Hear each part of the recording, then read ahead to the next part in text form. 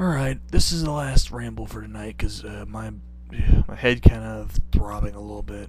It's not bad, but I've been talking so long here a little bit. It's not Silent Rob talking. I'm not just going, I'm mad and frustrated, which is fine because Silent Rob can do it, although I imagine that's going to cost him when he gets older, although he's probably near his 30s at this point in his life, but yeah. Heart Attack City, Silent Rob, or heart disease in general, hypertension. I almost had that myself, but that was just a bad roommate issue.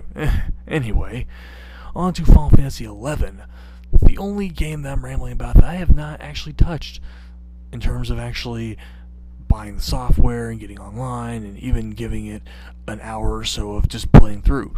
Although I've had thoughts in my head about playing it. I mean, the idea of playing as a red mage, for instance, has always been an interesting thought in my head and plan because I've always liked the red mage. It's a very versatile character.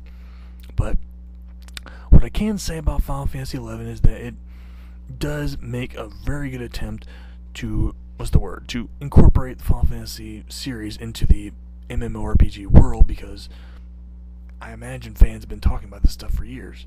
Hey, let's make a Final Fantasy MMORPG. I mean, once these became popular on the internet and they made things Warcraft, EverQuest, the like, that people were thinking, hey, we should do this with Final Fantasy. I mean, it's got probably one of the biggest fandoms in the world, although many will say it's possibly one of the most insane fandoms in the world, because you have people that will say Final Fantasy VII is the best game in the world, and these are people that, admittedly like myself, have not even tried to play the older ones. 1 through 6 are actually very good, and I've barely actually played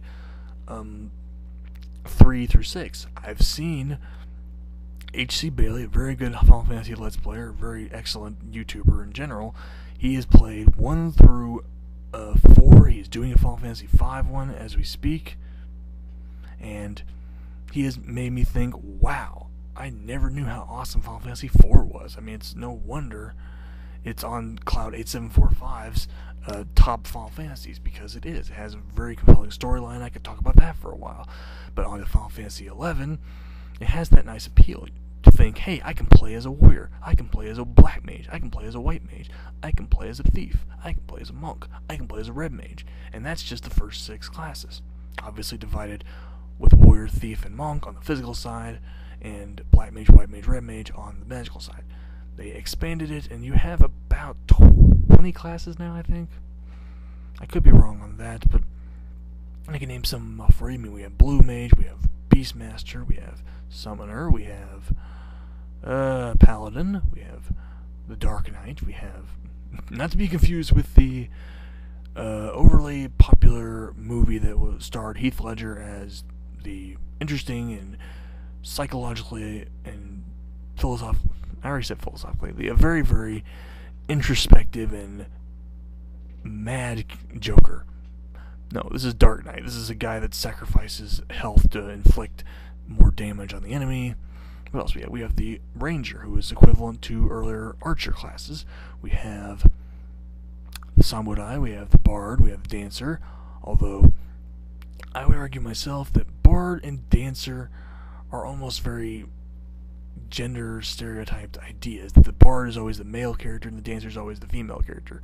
You don't really probably hear much about male dancers unless you get into really bad SNL jokes that involve the Chippendales skit with Chris Farley and Will Ferrell. I think it gets really awkward if you've never seen it, and it gets further awkward in just thinking about it a little bit. But, and the same with female bards. You don't hear much about female bards, but, and then we have the Scholar, probably one of the more interesting classes, because it's essentially the red mage without the physical abilities and the ability to equip a stronger armor. The Scholar has the ability to attack you with books, oddly enough. There's more I could get into about this, but I'm probably going to make this only about 6 to 7 minutes long, if only because there's not much I can really talk about after a while, because I've really not touched this game, except in regards to research about both the spell lists and ability lists and the jobs. The job system is possibly one of the more interesting parts, because it makes me wonder, are they going to expand more? They have done about 4 expansions, and each of those expansions they've been adding new classes. Most recent one had the Dancer and the Scholar. You know, they could add more stuff. They could add, I think they might have already had Geomancer, but Geomancer's a tricky class in itself, as I've already noted. Tricky job, whatever. But with regards to the spell lists, they get problematic for me when you actually have things like Fire 1, Fire 2, Fire 3, instead of Fire, Firaga, and I'd even accept the idea of introducing the new spell classification that's the highest, called with the Ja thing. We have Firaja, Bizaja, Fandaja.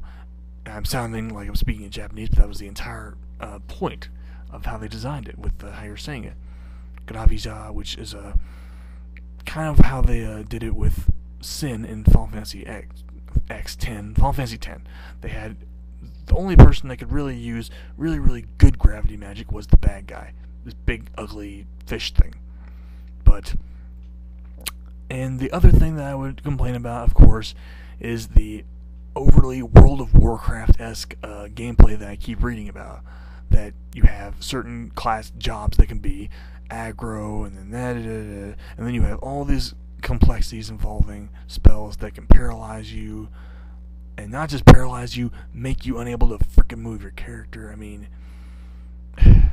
as appealing as it sounds to me, at the same time, even if I had the money and the laptop that was good enough to play, I probably still wouldn't want to do it, because it just wouldn't feel good to be playing a game where there are probably people that abuse it to a point where I would just get wiped out if I went in the wrong place and we have these PCs, or I don't know, spawn camping or something. It's just terrible.